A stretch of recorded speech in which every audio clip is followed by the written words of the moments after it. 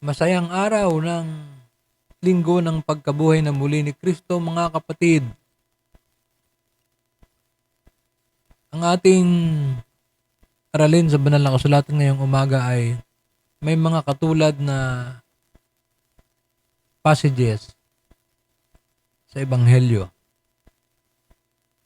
At kapag binasa natin itong mga kaparehong passages na ito sa mga Ebanghelyo ni Mateo, Marcos, Lucas, Juan, meron tayong mapapansin na mga interesting discrepancies, pagkakaiba-iba, mga hindi magkakapareho.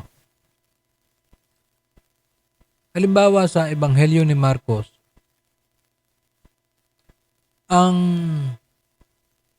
messenger na nakita nila doon sa libingan ni Jesus ay inilalarawan na isang binatang nakasuot ng mahaba at maputing damit. Isang binatang nakasuot ng mahaba at maputing damit. Samantalang sa Mateo naman, siya ay inilarawan lamang bilang isang anghel ng Panginoon. An angel of the Lord. Kay Lucas,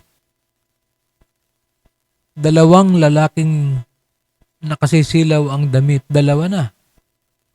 Two men in flashing raiment. At kay Juan, ang mga mensahero ay dalawang anghel na nakadamit ng puti. Magkakaiba ang kanilang paglarawan sa taong nakita nila doon sa loob ng libingan ni Jesus. Magkagayon man, lahat sila ay nagkakasundo sa isang katotohanan na ang libingan ay empty, walang laman. At si Jesus ay nabuhay na muli.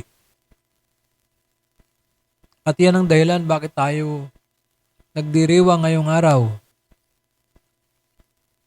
Kaya sa ating pagbubulay ngayong umaga, ating tingnan ang kwento ni Marcos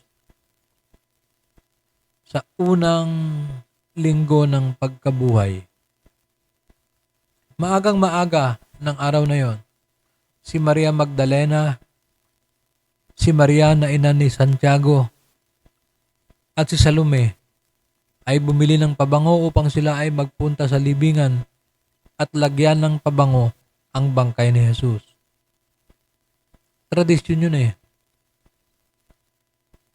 Habang sila ay naglalakbay patungo sa libingan, nag-uusap-usap sila, lalo na tungkol doon sa malaking batong nakaharang sa pintuan ng libingan.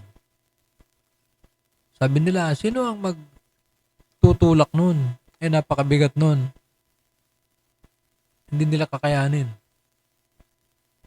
Pero nung dumating sila sa lugar, nakita nila na wala na yung bato na nakaharang. At isang binata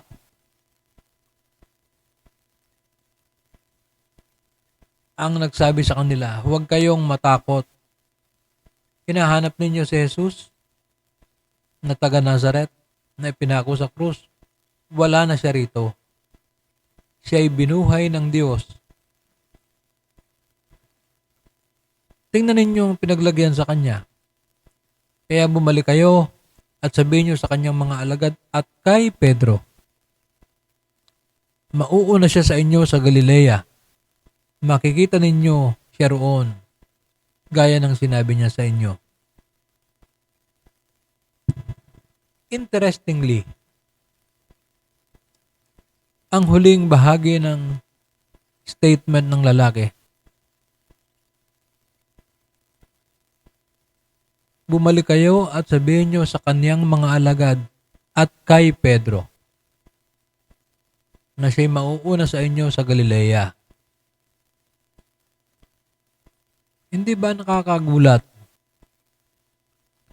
na si Pedro ay specifically binanggit. Pwede naman niya sabihin, bumalik kayo at sabihin niyo sa mga alagad sapagkat si Pedro ay isa namang alagad rin. Pero bakit singled out si Pedro? Alam nating lahat na si Pedro ay kabilang sa tinatawag na pinakamalalapit na mga alagad ni Jesus. Merong merong mga intimate group yan eh. At kasama dun si Pedro. Si Pedro ang nagkanulo kay Jesus. Habang iniimbestigahan si Jesus pagkatapos siyang arestuhin, sa kabilang banda si Pedro ay mayroong mga madidiing pagkakaila ng kahit anong kaugnayan kay Jesus. Makailang beses niyang pinagkaila, itinanggi ang kanyang kaugnayan kay Jesus. Si Pedro, alam niyo, siya ang spokesperson ng grupo. Siya yung mouthpiece nung 12 alagad. Si Pedro yung nagsabi kay Jesus, "You are the Christ, the Son of the living God." At si Pedro yung sinabihan ni Jesus, "Thou art Peter, and upon this rock I will build my church." Pero itong rock na ito, itong bato na ito, this intimate friend of Jesus, yung kanyang pinaka-constant companion, ay siyang nagkaila sa kanya sa harap ng crisis. Kaya bakit yung lalaki dun sa libingan, bakit sinabing, "Kumayo kayo at sabihin niyo sa mga alagad at kay Pedro"? Bakit si Pedro? Hindi ba yan nagpapahiwatig na ang pagkabuhay ng mali ni Jesus ay pwedeng magkatotoo sa kanino man o kahit doon sa mga taong nagkakaila sa kanya, mga taong itinatanggi siya? May ilang mga tala sa Biblia na si Jesus ay unang nagpakita kay Pedro.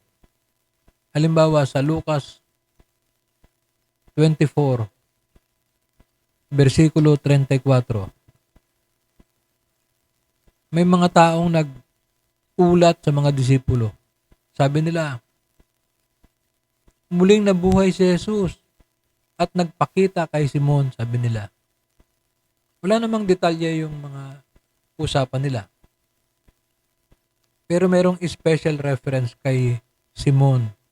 At si Simon ay si Pedro rin yun. Ito'y nagpapahiwatig na ang ating Panginoon ay nagpapakita una kahit sa mga taong nagkakaila o nagtatatwa sa Kanya. Kaya ang mensaheng dapat nating tanggapin ngayong umaga ay ang katotohanan na si Jesus ay nagpapakita doon sa mga nagkakanulo sa Kanya, sa mga nagkakaila sa Kanya, at kasama tayo doon. Sapagkat sa maraming pagkakataon, tayo ay nagkakaroon ng mga lantarang pagkakaila sa ating Panginoon. Ipinagkakaila natin siya kapag itinatanggi natin ang ating kaugnayan sa Kanya. At itinatago natin ang ating anumang asosasyon natin sa Kanya o relasyon. O kaya kahit sa relasyon natin sa simbahan. Lalo na kung makaka-apekto ito sa ating negosyo, sa ating ambisyon, sa ating social standing, at sa ating relasyon sa mga grupo at mga tao. Ipinagkakaila natin si Jesus. Kapag sa kabila ng ating mga pagsasabi na tayo ay mga Christian people, na meron tayong Christian faith, ay nabubuhay tayo na parang tayo ang nagmamaneho ng mga sarili nating buhay. At tayo ang namamahala sa ating mga patutunguhan o kung ano ang mangyayari sa atin. Ipinagkakaila natin si Jesus kapag ka ang ating mga kilos ay taliwas sa ating sinasabing pananampalataya. At higit pa riyan, ipinagkakaila natin si Jesus kapag ka tumatanggi tayo na lumahok o magbigay pansin sa mga masasalimuot na usapin sa ating panahon. Ang pag-aresto at pagkapako kay Jesus ay resulta lamang ng banggaan sa pagitan ng katuwiran at ng kasalanan, sa pagitan ng mabuti at ng masama, sa pagitan ng katarungan at ng katiwalian. Pero si Pedro ay tumanggi na may kaugnayan siya kay Jesus sa panahon na labis siyang kailangan ito. Nasa panahon ng krisis. Mas minabuti niyang magkaroon ng seguridad sa kanyang buhay na hindi na lang siya kasali sa mga grupo ni Jesus. Mas minabuti niya yung sarili niyang kaligtasan. Yung maging hiwalay siya kay Jesus para ligtas siya. Pero sa kabila nito, si Jesus ay nagpakita pa rin kay Pedro na nagsasabi sa atin na si Jesus ay lumalapit, nagpapakita kahit sa sino man sa atin na ipinagkakaila siya. Sa isang banda, si Jesus ay nagpakita kay Pedro sapagkat hindi lamang sa ipinagkaila niya si Jesus, kundi dahil si Pedro ay isang leader ng simbahan. Siya ay kinikilalang pinuno ng early Christian church. At malaki ang papel na kanyang ginampanan sa kasaysayan ng Christian community.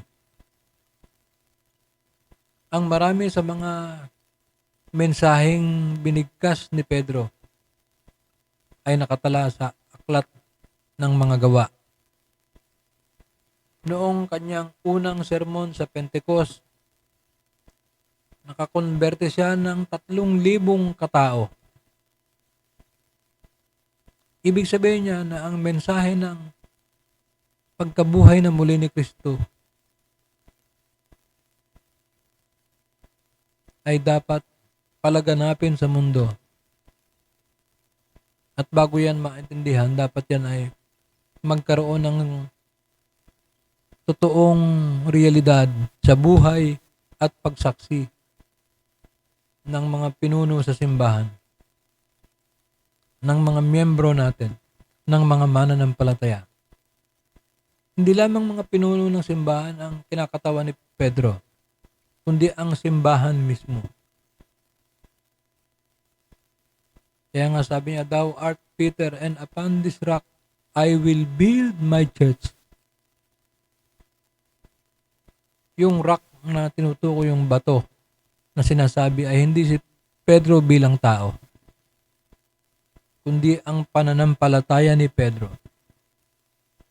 Ang pananampalatayang nagbunsod sa kanya upang ipahayag na si Jesus is the Christ, the Son of the living God. Ang pananampalataya kay Kristo na yung ganyan, bilang anak ng buhay na Diyos, ay siyang pinakapundasyon, pinakatuntungan ng iglesia. At habang tayo ay sama-samang humahawak kay Kristo bilang anak ng buhay na Diyos, hindi kayang tinagin, hindi kayang wasakin ang ating pagkakaisa.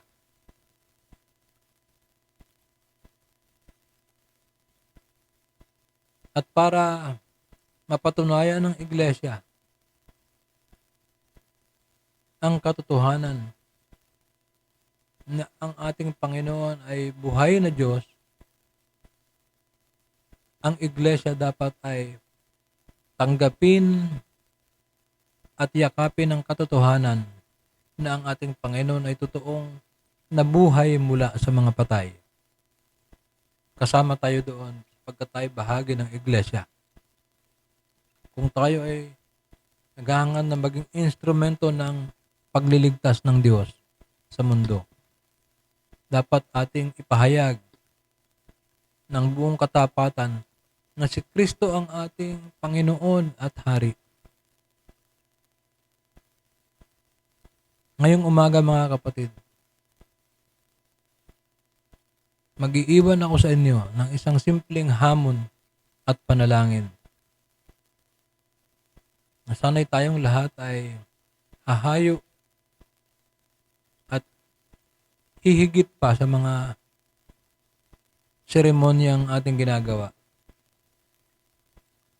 Na ang Easter ay maging higit pa kaysa mga egg hunting, potluck breakfast, and outing. Kundi ito'y isang renewal ng ating commitment sa ating Diyos. Ang muling pagpupuno ng ating kaugnayan at ng ating mga kalalagayan para sa mga bagay hinggil sa Espiritu. Dapat nating i-rededicate ang ating buhay sa paglilingkod sa Panginoon, sa paglilingkod sa nabuhay na Kristo, walang iba, kundi si Jesus. Manalangin tayo. Banal na Diyos, na ang iyong anak na si Jesus, ang aming Panginoon, ay muling nabuhay mula sa mga patay. Tulungan mo kaming bumangon at mangibabaw sa mga tawag ng mga material attraction sa mundong ito upang kami manatiling nakaugnay sa iyo. Pahayuin mo kami upang ipahayag ang katotohanan na ikaw ang buhay na Diyos at ang iyong pag-ibig ay napakadakila dahil ibinigay mo ang iyong anak upang lahat ng mga sumasampalataya sa iyo ay hindi mapahamak kundi magkaroon ng buhay na walang hanggan. Pinupuri namin at niluluwalhati ang iyong pangalan. Hallelujah! Amen. Gandang umaga po.